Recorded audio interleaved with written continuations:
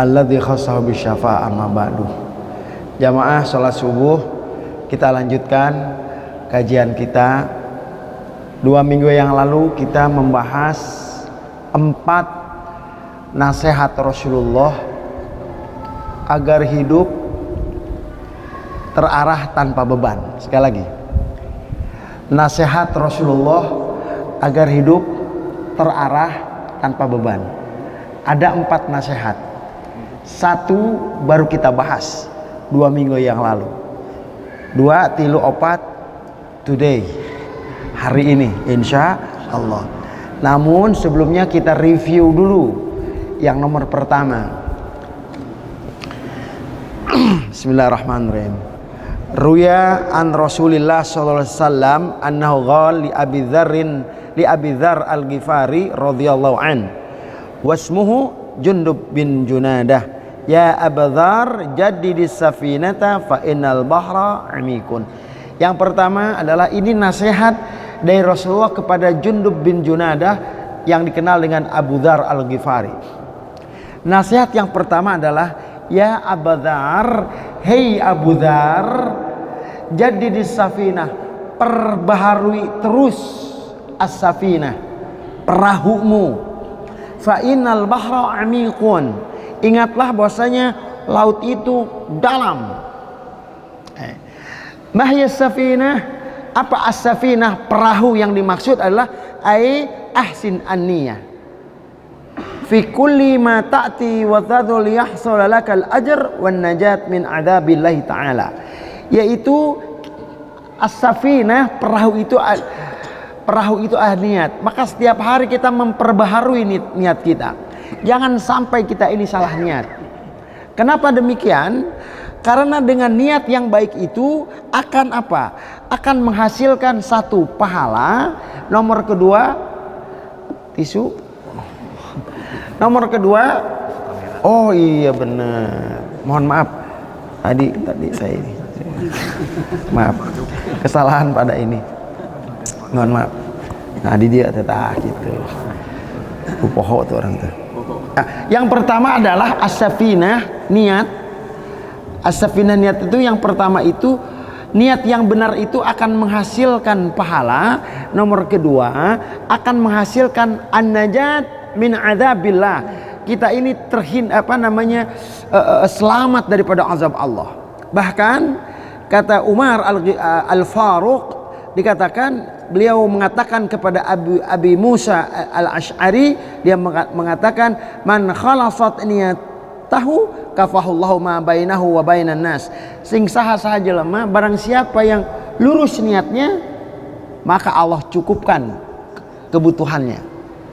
Dan yang lebih mantap lagi, ya, Umar bin Khattab itu kepada di sini, ilam ya Umar. Umar yang kedua itu yaitu Umar bin Abdul Aziz, dinasihatinya dia bilang begini, ilam ya Umar, ketahuilah wahai Umar, anna aunallahi lil 'abd biqadri niyatihi, bahwasanya tingkat, sekali lagi, kadar pertolongan Allah itu sesuai dengan kadar niat seorang hamba, ya. Paman khalasat niyatuhu tamma aunullahi, sing saha jelema, sing sopo wong, siapa saja yang niatnya lurus, maka sempurnalah pertolongan Allah. Salah satunya itu adalah niat nikah dan menikahkan, bukan niat dan menikah lagi, enggak. Man nakaha lillah wa ankaha lillah. Siapa yang menikah dan menikahkan karena Allah, fakana Allah, maka Allah adalah menjadi penolongnya. Gitu ya. Itu tentang niat. Ya. Nah, nanti ya, udah ini reviewnya Bapak ya, review seperti itu. Jadi yang pertama itu niat perbaharui. Kalau niat diperbaharui terus setiap hari, maka yang terjadi itu adalah apa Pak? Kita selamat dibimbing. Makanya saya review lagi 3 hal yang harus kita baca setiap subuh, yang kita ulang-ulangi kalimat afirmasi. Afirmasi yang pertama adalah doa afirmasi yang pertama adalah doa penyemangat kita yang pertama adalah Bapak yang pertama, ya Allah, berikan hamba kekuatan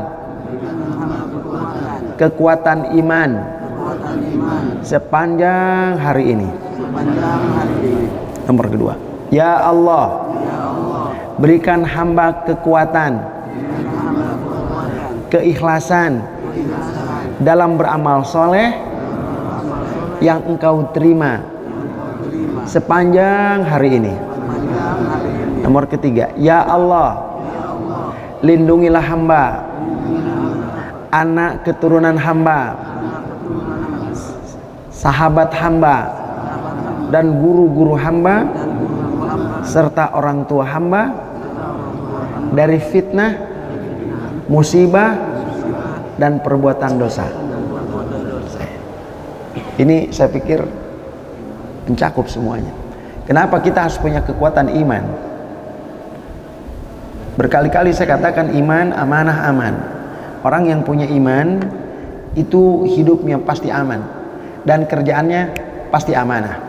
Oke, selesai. Kita masuk ke yang nomor kedua. Yang nomor kedua adalah tentang pesan Rasulullah agar hidup terarah tanpa beban. Yang nomor kedua, wa khuzizad kamilan fa inna safar ba'idun. Kumpulkan bekal olehmu kamilan secara sempurna, fa inna safar ba'idun, bahwasanya perjalanan di akhirat itu sangat panjang. Sekali lagi, sangat panjang. Artinya apa? Ketika kita hidup, kita kumpulkan bekal yang banyak untuk kehidupan yang hakiki, yaitu di akhirat. Kenapa? Karena satu hari di akhirat, satu hari di sisi Allah adalah 1000 tahun dalam hitungan manusia. Inna yauman inda rabbika ka'alfi sanatin mimma ta'udun. Satu hari di sisi Allah sama dengan 1000 tahun dalam kehidupan manusia. Artinya apa? Kita harus punya bekal. Maka bekalnya itu apa? Satu, iman, amal soleh. Nah, dalam sebuah riwayat dikatakan bahwa ketika seseorang masuk ke liang lahat, maka dia ini akan didatangi oleh makhluk yang sangat indah rupawan, wangi, bercahaya, dan duduk di samping. Dan ditanya, panjenenganipun sinten? Ari maneh saha? Kamu siapa? Apa dikatakan? Aku adalah amal baikmu. Amal baik inilah yang menjadi teman kita. Amin. Menuju perjalanan yang panjang menuju Allah. Itu maksudnya. Wa khuzizat kamilan, kumpulkan bekal yang banyak, yang sempurna, bekal amal saleh. Karena amal saleh itu akan berubah bentuk menjadi makhluk yang sangat indah rupawan yang akan menemani kita fi safar al-ba'id, dalam perjalanan panjang, yaitu di akhirat. Bapak-bapak sekarang ke Bandung ditemani di mobil itu teman-teman yang wangi, bersih, ngomongannya tuh nggak kasar, ya, wangi. Nyaman nggak ke Bandung?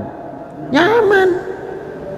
Sekarang ke Bandung di sisi kita, aduh aing banyak puntennya, bos bau, hitut, sianya ngomongna kacapruk, nggak situ, nggak pabelit lahnya, bau kelek, kedeng gitu, kita nggak nyaman. Bagaimana nanti as-safar al-ba'id fil akhirah, di sini sebutan as-safar itu ditemani seperti itu. Nanti datang auzubillah kepada seseorang yang ahlul maksiat, yang nggak punya bekal, datang makhluk yang jore patut, yang apa namanya, yang buruk rupa, bau apa, bentuknya, wajahnya nggak ada bentuknya, datang takutan. Lu siapa? Lu siapa ya? Gue amal buruk lo, gue yang nemenin lo perjalanan menuju Allah. Mau gimana? Wallahu a'lam ya Pak ya. Itu. Nah, ya. Wa huzizan kamilan fa inna safar ba'idun. Nah, udah nomor kedua. Jadi yang pertama kita perbaharui niat kita, tulus untuk Allah, tulus untuk akhirat. Kalau kita untuk Allah dan akhirat, dunia cincai lah, udah kelewat, udah pasti itu lewat, cincai udah. Sering saya katakan di majelis ini, bagaimana Allah mengatakan kepada dunia, ya dunia, semua, ya dunia, ukhdumi man khodamani wastakhdimi man khodamaki. Nah itu kan, hai dunia, engkau harus mengabdi kepada orang yang mengabdi kepada diriku, yang beribadah kepadaku. Kamu harus ngabdi. Makanya ahli ibadah itu Pak, mohon maaf, pekerjaannya nggak tentu tapi rezekinya mah banyak. Anak naloba, tunji 1 tahun hiji, padahal pegawaian tapi ahli ibadah serbanyak itu Pak. Tapi sebaliknya, wastakhdimi man khadamik, wastakhdimi man khadamaki. Dan kamu harus memperbudak dunia yang mengabdi padamu. Ini yang disampaikan oleh Allah dalam hadis qudsi. Baik, berikutnya yang nomor ketiga. Wa khaffifil himla ya. Wa khaffifil himla. Pakai ha. Wa khaffifil himla. Fa innal aqobata kaudun. Yang nomor ketiga, pesan Rasulullah supaya hidup kita ini terarah tanpa beban. Yang nomor kedua, yang nomor ketiga adalah wa khaffifil himla. Ringankan bebawaan kamu, ringankan beban kamu. Kenapa? Karena jalan menuju gunung itu menanjak begini. Begini. Artinya apa? Hidup ini mohon dicermati bahwa jangan sampai segala keinginan kita yang sifatnya duniawi, yang sifatnya materi, yang sifatnya sementara memberatkan kita dalam perjalanan menuju akhirat. Artinya apa? Lepaskan semua beban. Kan logikanya begini, sering saya katakan bahwa ketika kita berjalan keluar kota, kemana kita jalan-jalan, kita kan inginnya lenggang kangkung Pak, entong angka ribung, bener tuh, segala dibawa. Enaknya apa?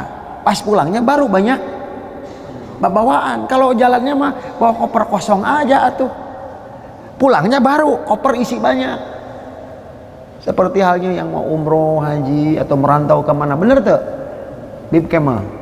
Yang bib kemal, bener kan? Iya, baliknya baru, bawa banyak tuh. Nah, yang nomor ketiga itu ringankan bawaan. Kemarin tuh ada yang curhat, Muhajir, Kang Muhajir, saya ini banyak ini masalah hidup ini. Hidup saya ini merasa terhimpit. Ini gimana nih beban ini, seakan-akan beban ini tidak berkurang ini. Terus saya bilang begini, beban apa? Begini. Bro, gini, kita lahir tidak bawa beban. Beban masalah dunia kita tidak bawa. Nanti pun mati pun kita nggak bawa apa-apa. Ngapain juga kita pusing dengan sesuatu yang kita nggak bawa ketika lahir dan nggak bakal kita bawa ketika kita mati. Asik aja cuy. Loh, kok bisa berat tidaknya masalah itu? Karena apa? Pikiran kita menghadirkan masa itu berat. Ini enteng. Coba kalau ini dipegang 15 jam, berat atau merobot nyeri. Ini berat, tapi dipegangnya hanya setengah menit, selesai. Kok bisa begitu? Semakin engkau bertanya tentang beratnya kehidupan, maka itu. Maka kurangilah segala keinginan. Bukannya kita nggak boleh punya keinginan, silakan. Tetapi ketika keinginan itu memberatkan kita untuk kembali kepada akhirat, buat apa? Mohon maaf. Saya kemarin memposting di salah satu media sosial yang saya ambil intisarinya dari kitab Hikam. Nih, tolong dicatat. Ketika berkurangnya nikmat materi yang membuat kita bahagia, maka berkuranglah kesedihan kita tatkala materi itu hilang dalam hidup kita. Sekali lagi, leungit. Ketika berkurangnya nikmat materi yang membuat kita bahagia, maka berkuranglah kesedihan kita tatkala materi itu hilang dalam hidup kita. Contoh, ketika uang, mobil itu yang membuat kita bahagia, lantas hari ini kita berkurang akan kenikmatan itu, maka berkuranglah kesedihan ketika materi itu hilang. Ngomong ya Pak ya? Semakin berkurangnya kenikmatan materi, sekali lagi, semakin berkurangnya kenikmatan materi yang membuat kita bahagia, sekali lagi, semakin berkurangnya kenikmatan materi yang membuat kita bahagia, maka berkuranglah kesedihan kita tatkala materi itu hilang dalam kehidupan kita. Sok aja.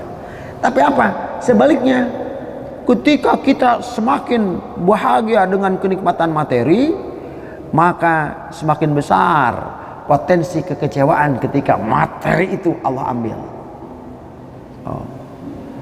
Terus yang nomor kedua, nomor kedua nih tentang beban hidup harus dihitungkan. Yang nomor kedua, ketika kita bahagia dengan materi dan kedudukan yang kita banggakan, bersiap-siaplah kita menjadi fakir dan frustasi ketika yang kita banggakan itu hilang.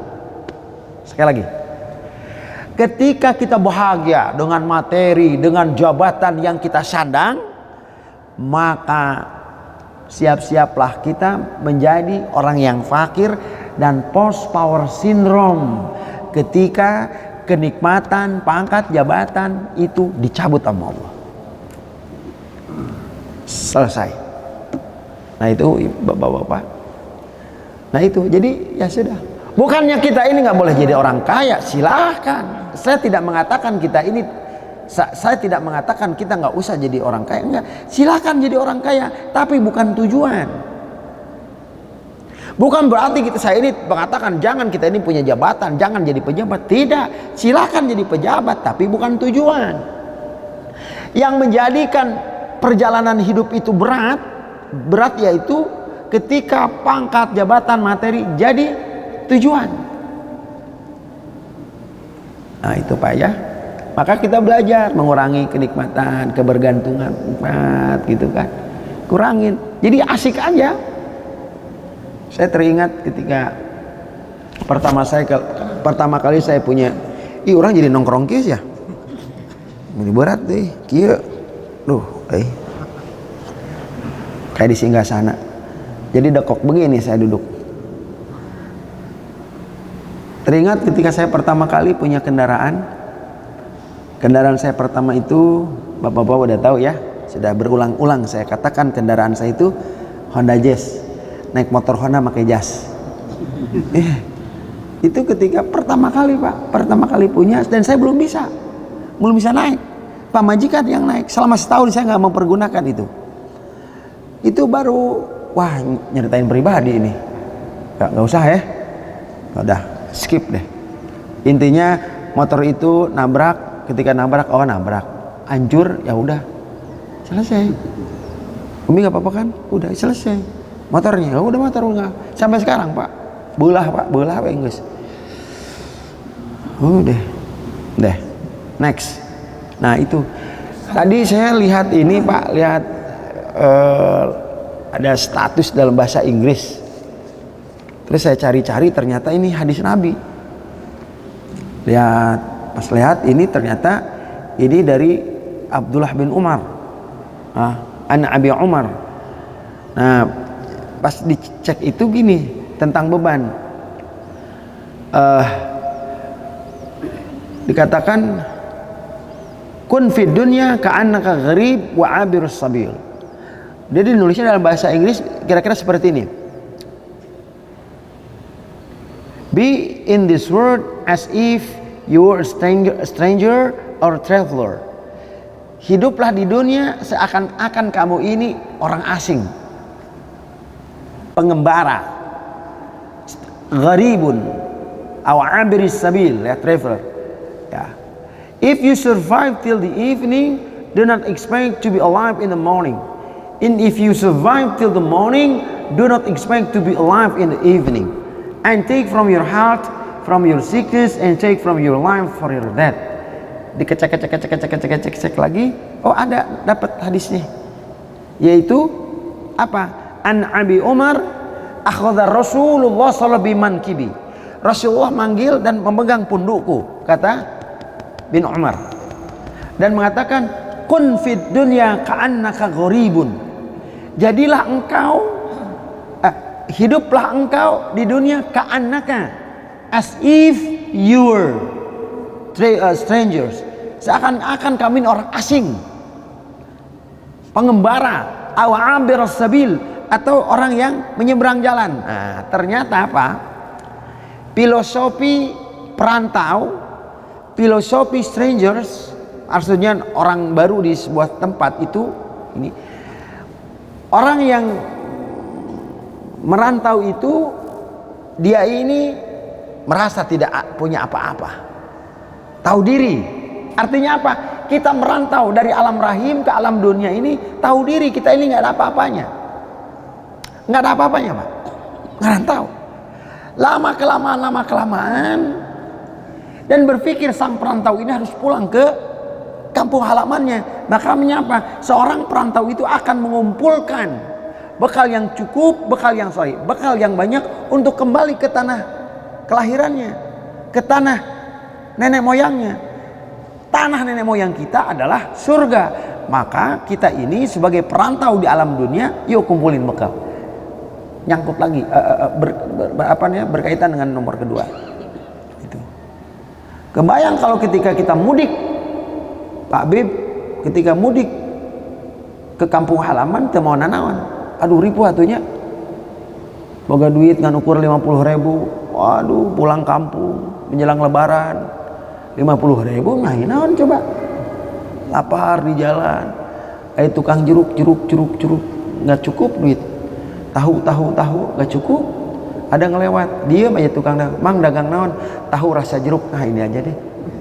Saking nggak punya duitnya. Belangsak. Ini gimana kalau kita pulang ke kampung halaman? Baik. Dan kata Rasulullah, "Au abiras sabil." Hidup di dunia seakan-akan kau tuh nyebrang jalan. Pak, saya pengen tahu, orang yang nyebrang jalan itu seperti apa? Halo? Orang yang nyebrang jalan. Hati-hati. Ya artinya apa? Kita hidup di dunia harus hati-hati. Pesan Jibril kepada Rasulullah, ya Muhammad, ish ma syi'ta fa innaka mayyitun. Hai Muhammad, ini kata Jibril ya, pakai Muhammad ya. Hai Muhammad, hiduplah terserah engkau, tapi ingat engkau akan mati. Artinya apa? Yang nomor kedua kata Jibril kepada Rasulullah SAW, ya Muhammad, wa'mal masyita fa innaka majziun bi. Nah itu, hati-hati kamu hidup di dunia. Silakan kamu lakukan apa yang ingin kamu lakukan, tapi ingat, besok lusa kamu akan mati, tapi ingat engkau akan bertanggung jawab dengan apa yang kamu lakukan. Artinya apa? Benar kata Bapak. Orang yang nyebrang jalan itu pertama hati-hati. Kalau nggak hati-hati gimana Pak? Ditabrak, jebret aja. Artinya apa? Kalau kita hidup tidak hati-hati di dunia,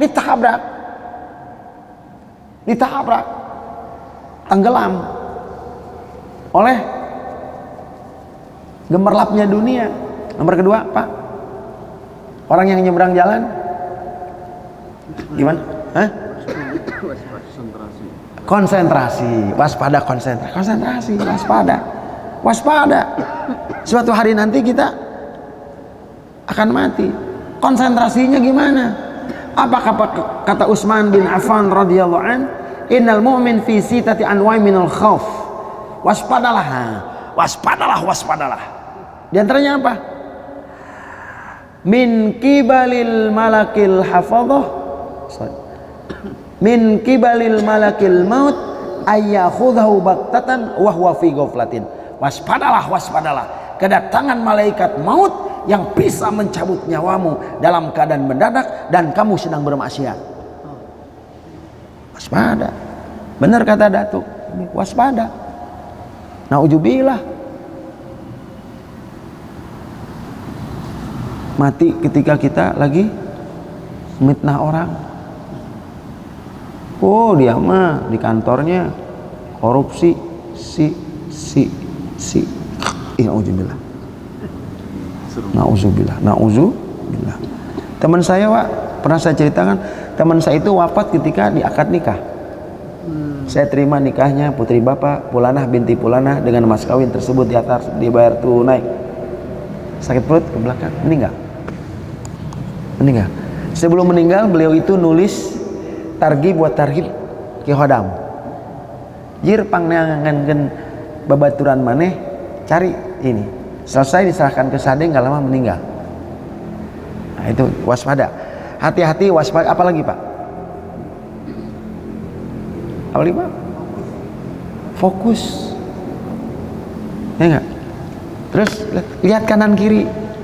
Lihat kanan kiri kan? Terus cepat. Lihat kanan kiri. Cepat. Ini mah nyebrang jalan kayak di catwalk atuh. Di sana ada Toronto tepat atuh. Kieu. Artinya apa? Hidup dia cepat. Apa kata Rasulullah? Khuz min sihatik limaradik wa min hayatik limautik. Ini terusan hadis yang tadi. Manfaatkan sehatmu, cepat perbanyak amal saleh ketika kamu sehat. Harmukallah. Itu cepat. Lihat kanan kiri, hati-hati nih. Kanan kiri gimana? Ada nggak? Kita kan nggak tahu. Kanan kiri, lihat hati-hati. Siapa tahu ada yang perwis dari sana. Dan yang ngerinya itu Pak, kalau nyebrang Pak, nih, nyebrang. Ini mobil nih, ini aman nih. Tiba-tiba ada yang nyalip dari sini, wassalam. Artinya kita tenang. Gitu. Jadi ini kata Rasulullah SAW. Jadi apa namanya? Seperti nyebrang jalan, cepet ke sana. Artinya apa? Ini kita jalannya di sini nih. Ini di sini. Ini dunia. Kita mau ke akhirat. Di sini kan banyak cobaan. Apa kata Luqman Al-Hakim? Ya bunayya inad dunya bahrun amiq qad guriqa fiha inasun katsirun faj'al safinataka taqwallah. Hei anakku, hidup di dunia bagaikan engkau ini mengarungi samudra yang sangat dalam ombaknya. Qad guriqa fiha inasun katsirun. Banyak orang yang sudah tenggelam. Kenapa tenggelam? Tadi nggak fokus, tadi nggak waspada, tadi nggak hati-hati, ya tenggelam. Ya, sana. Wallahu a'lam. Ya, demikian. Itu yang nomor ketiga. Yang terakhir, saya ulangi lagi.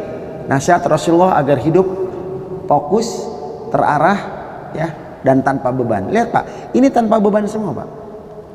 Tanpa beban semuanya. Sebesar apapun masalah yang kita hadapi ketika prinsipnya seperti ini, ya udah ini mah. Kadang-kadang Pak saya suka gini. Iya mah main koleca. Ini main kelereng. Selesai.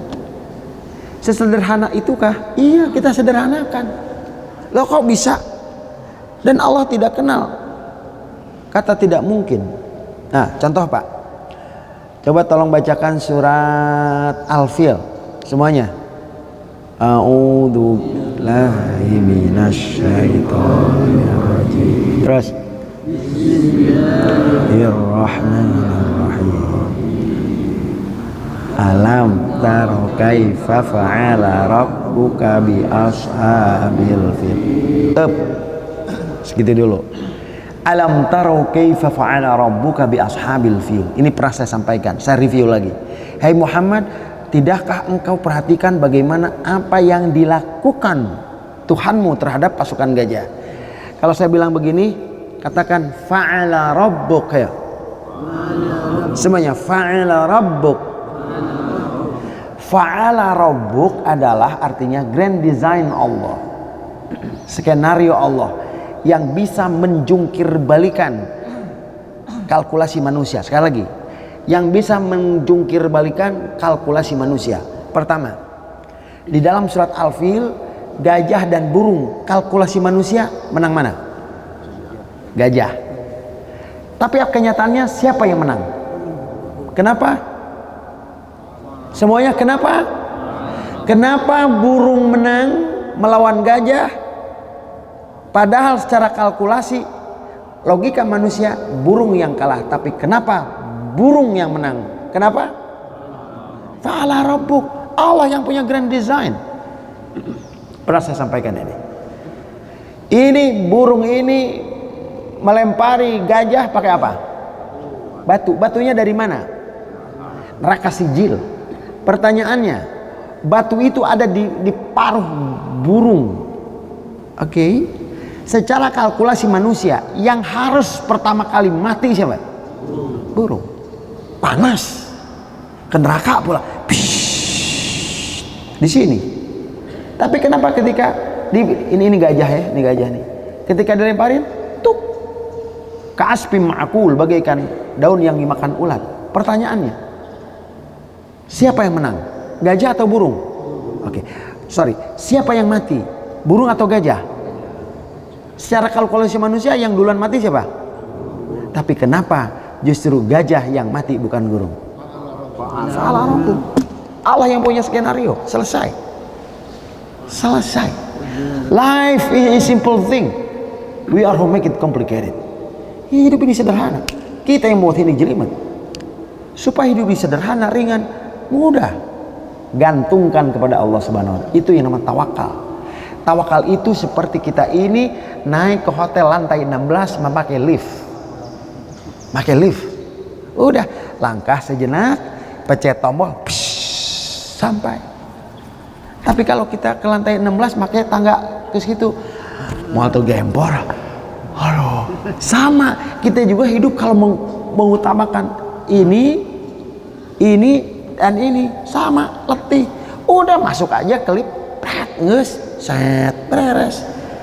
Kita serahkan kepada yang maha menggerakkan. Nah, yang terakhir.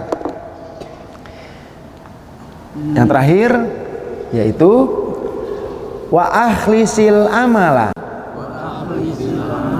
fa innana kida basirun. Yang nomor keempat, ikhlaslah dalam beramal, ikhlaslah dalam bekerja. Kenapa? Karena yang menilai baik buruk adalah Allah yang maha melihat. Selesai. Ini orang profesional seperti ini, Pak. Kerja keras, kerja cerdas, kerja antusias, kerja tuntas, kerja ikhlas. Apa? Kerja keras, kerja cerdas, kerja antusias, kerja tuntas, kerja ikhlas. Setelah semuanya, udah nothing tulus. Al-Baqarah ayat 100 surat At-Taubah 102. Wa qul i'malu fasayarallahu war rasul walladzina amanu minkum. Selesai. Berkaryalah, bekerjalah. Allah yang melihat pekerjaan kita, Rasulullah yang melihat, dan hamba-hamba Allah yang beriman yang akan melihat. Selesai. Asik. Makanya pekerja itu ada 3 tipe pekerja, Pak. Ada 3 tipe karyawan, Pak. Bideni, ayatilu.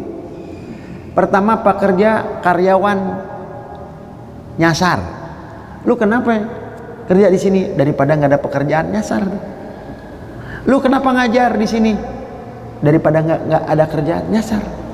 Kedua, pekerjaan bayar, selalu mengkalkulasikan. Yang terakhir, pekerja sadar.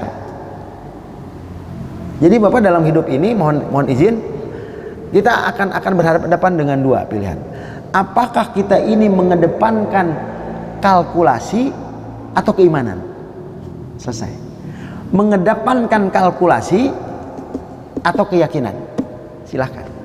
Kalau kita mengedepankan kalkulasi, siap-siaplah dengan hitungan-hitungan manusia yang membuat kita berat. Wa khafifil himla. Tetapi ketika kita ini bekerja, melakukan sesuatu dengan penuh keyakinan, insya Allah. Ya. Nah di sini fa'ina nakid basirun. Makanya ikhlas. Ya. Kemarin kita sudah membahas tentang ikhlas, ciri dan cara ikhlas. Saya review lagi karena terkait dengan amal yang ikhlas, yaitu yang pertama itu ciri ikhlas itu yang pertama apa? Tak pernah mengharap pujian dari manusia. Surat Al-Insan ayat 8 dan 9. Wa yut'imuna at'am 'ala hubbi miskinan wa yatiman wa asiran. Innama nut'imukum liwajhillah la nuridu minkum jazaa'an wala syukura. Udah selesai. Aku memberikan makan, tidak mengharapkan apresiasi, tidak mengharapkan penghargaan. Aku memberikan makan untuk meraih ridho Allah. Sebelum kita beramal baik, sebelum kita bersedekah, kondisikan dengan 3 hal. 1, istighfar. Istighfar sebelum kita sedekah, istighfar sebelum kita bekerja, istighfar. Kenapa? Setan nggak tinggal diam supaya kita berubah niat. Nomor ketiga, yakinkan kebaikan yang kita berikan adalah milik Allah, bukan milik kita. Nomor ketiga adalah yakinkan kebaikan yang kita berikan kepada orang lain tidak seberapa ketimbang kebaikan yang Allah berikan.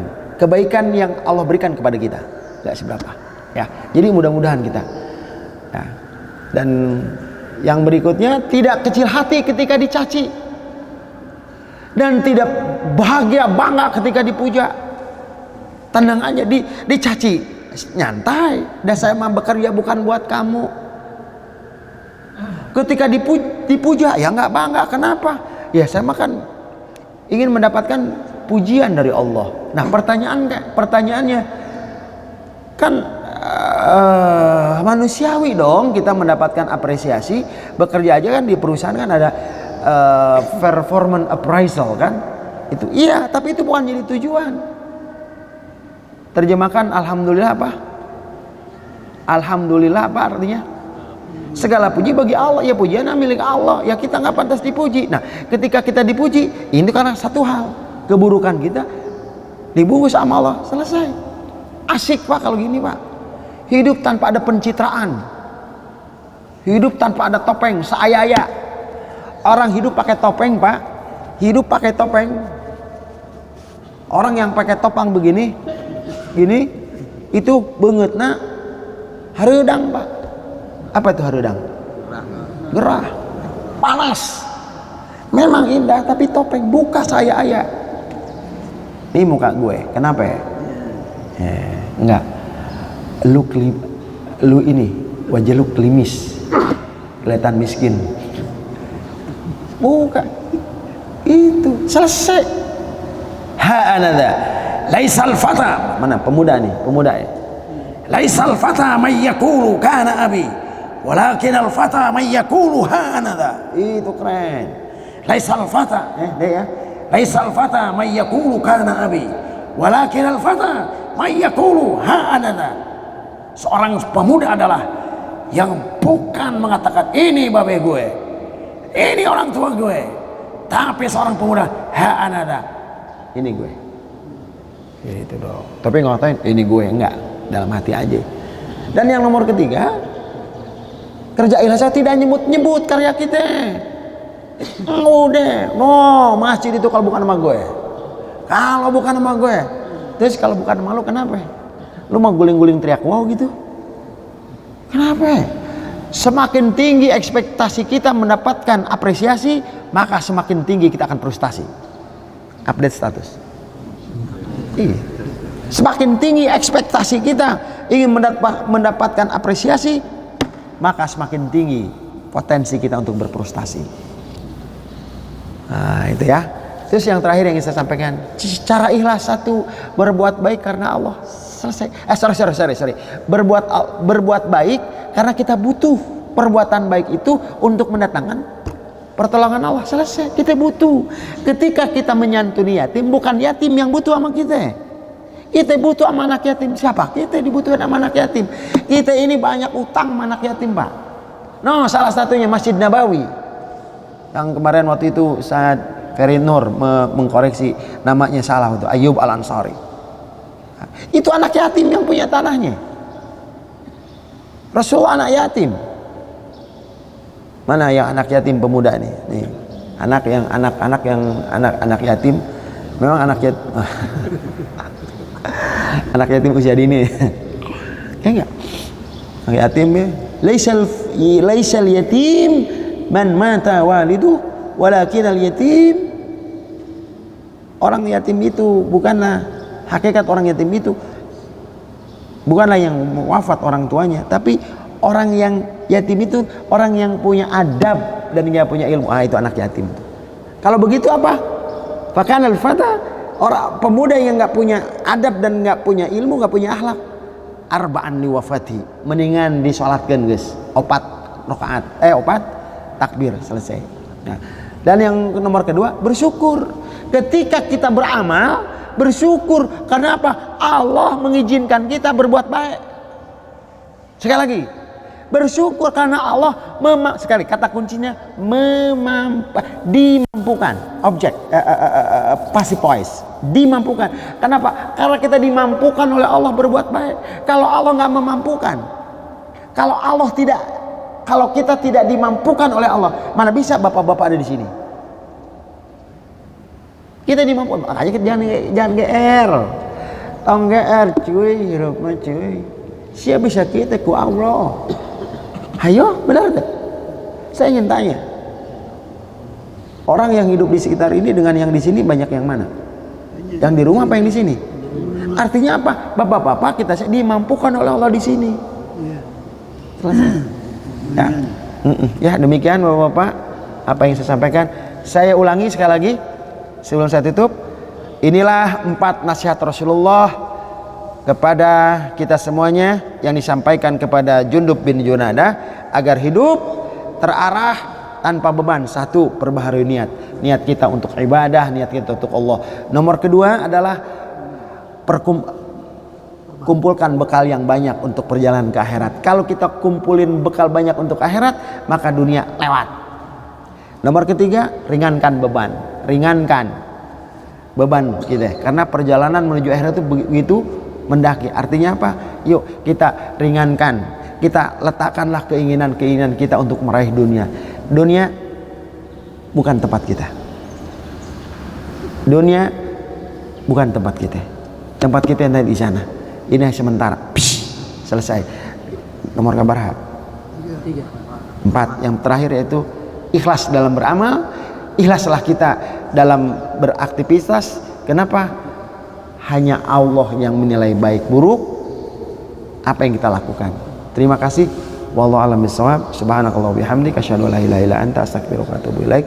Mohon maaf dan terima kasih. Assalamualaikum warahmatullahi wabarakatuh.